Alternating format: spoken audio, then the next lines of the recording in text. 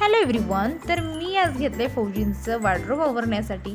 त्याआधी तुम्हाला दाखवते की इतका मोठा पाऊस आला की दिवसभर आमची इलेक्ट्रिसिटी बंद केली होती आणि रात्री 12:30 वाजता ती आली होती.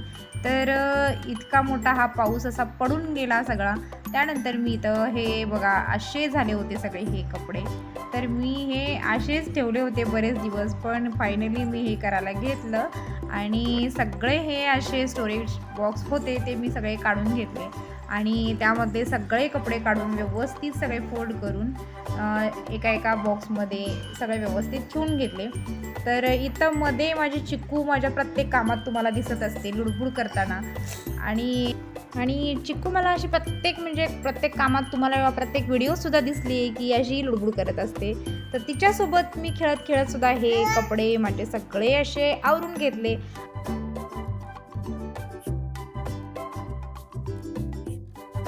आणि नेक्स्ट डेला बघा इथं चिकूला झाला होता सर्दी खोकला. तर ही मुलगी ना आधी औषध बिलकुल खायची नाही आणि औषध म्हटल्यानंतर ती रडून रडून बस करायची आणि आता हिच्यावरती जादू केल्यासारखी ही पोरगी ना औषध खायला रेडी होते बघा, किती नखरे करत. आणि हे बघून मला खूप भारी वाटत होतं, कारण ती आपल्या हातांना औषध खात होती.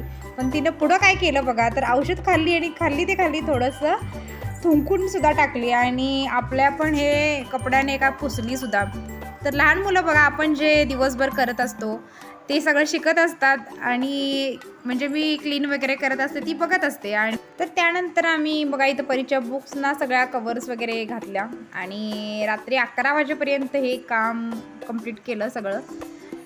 सगळ्यांच्या घरी आता हेच सुरू असेल, सगळ्यांच्या शाळा पण सुरू झाल्या असतील. तर नेक्स्ट डेला मला जायचं होतं परीला युनिफॉर्म आणण्यासाठी आणि बरंच काही घेण्यासाठी. तर त्या दिवशी युनिफॉर्मसुद्धा घेतला आणि आम्ही अशी आगळीवेगळी शॉपिंगसुद्धा केली. तर ती शॉपिंग काय केली आहे आम्ही ते मी तुम्हाला नेक्स्ट ब्लॉगमध्ये दाखवणार आहे. आणि इथं बघा चिकू आम्ही इथं त्या दुकानमध्ये होतो आणि चिकू इथं समोर तिला दिसलं होतं आईस्क्रीमचं दुकान. तर सर्दी खोकला होताच तिला आणि ती समोर दुकान दिसल्यानंतर ती आईस्क्रीम मागत होती. तर मी तिला फायनली दिलंच नाही आणि संध्याकाळी आम्ही रात्री 8 वाजता घरी येऊन पोचलो होतो. तर अशा 2 बॅग भरून घेऊन आलो होतो काही सामान जे हवं होतं ते. तर मी बघा दुसऱ्या दिवशी डायरेक्टली 4:30 वाजता हा व्हिडिओ शूट केला आहे.